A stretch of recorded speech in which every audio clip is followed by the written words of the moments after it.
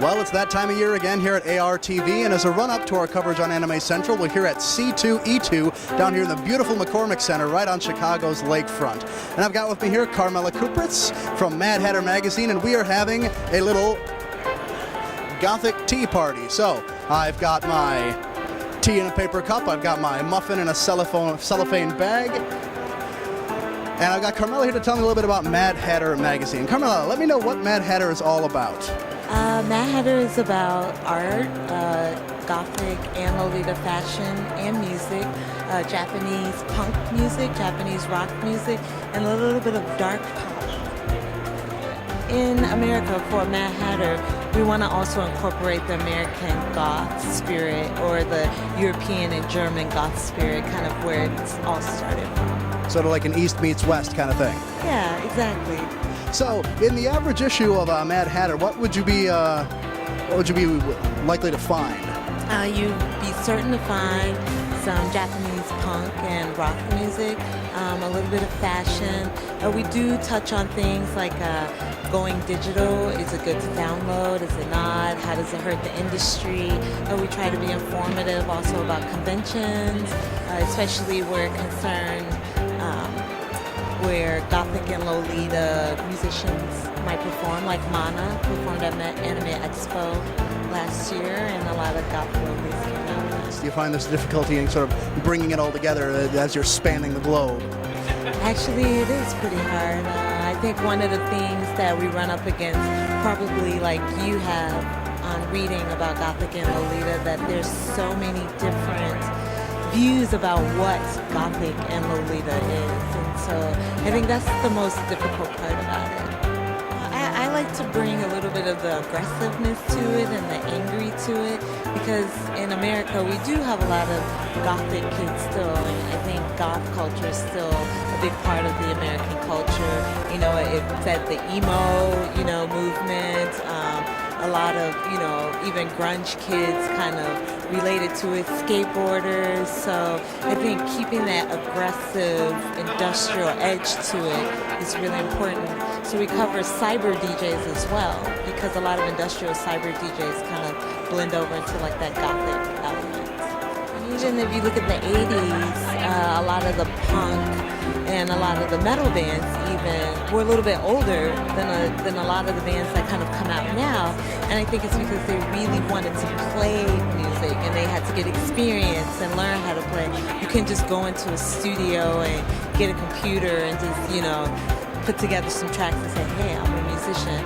And so at MadHatter, we try to focus a lot on that. Within the Japanese Gothic, Lolita, and J-rock culture, we feel like they bring a lot of that art into the music, which I feel like we've kind of lost a little bit in America. Please explain the whole Gothic Lolita subculture, the subculture of goth, the Lolita fashion, as to what exactly is it for the people that may be sitting there with one eyebrow up going, what exactly is she talking about? Yeah.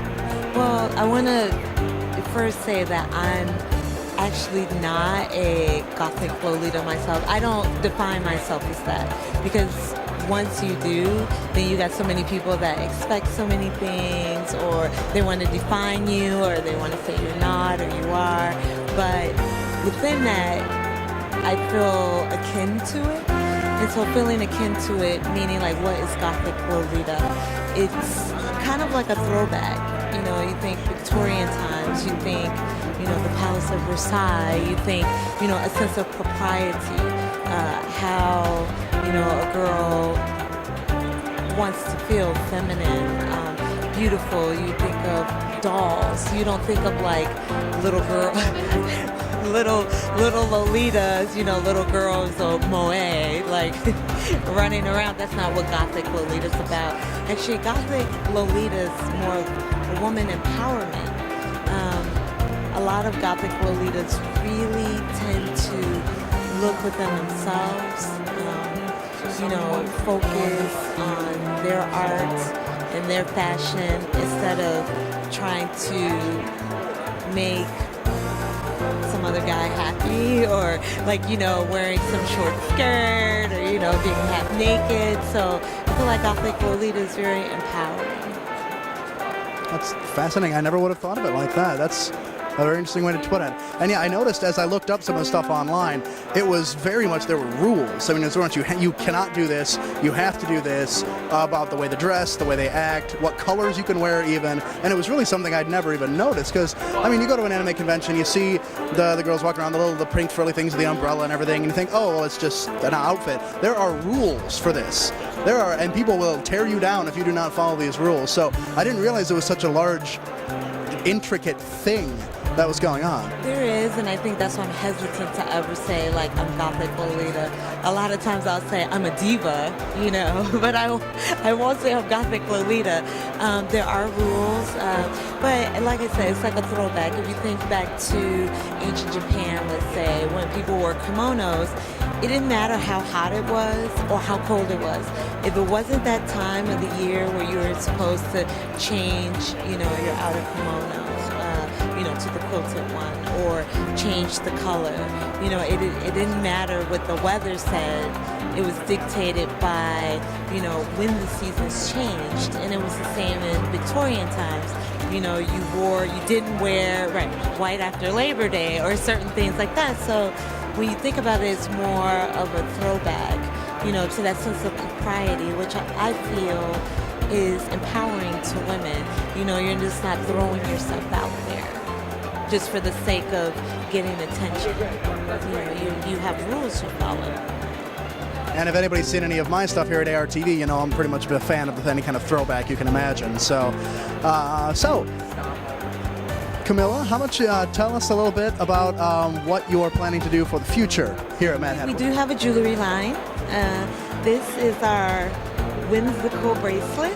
It has little teapots and a little tea bag and a little crystal.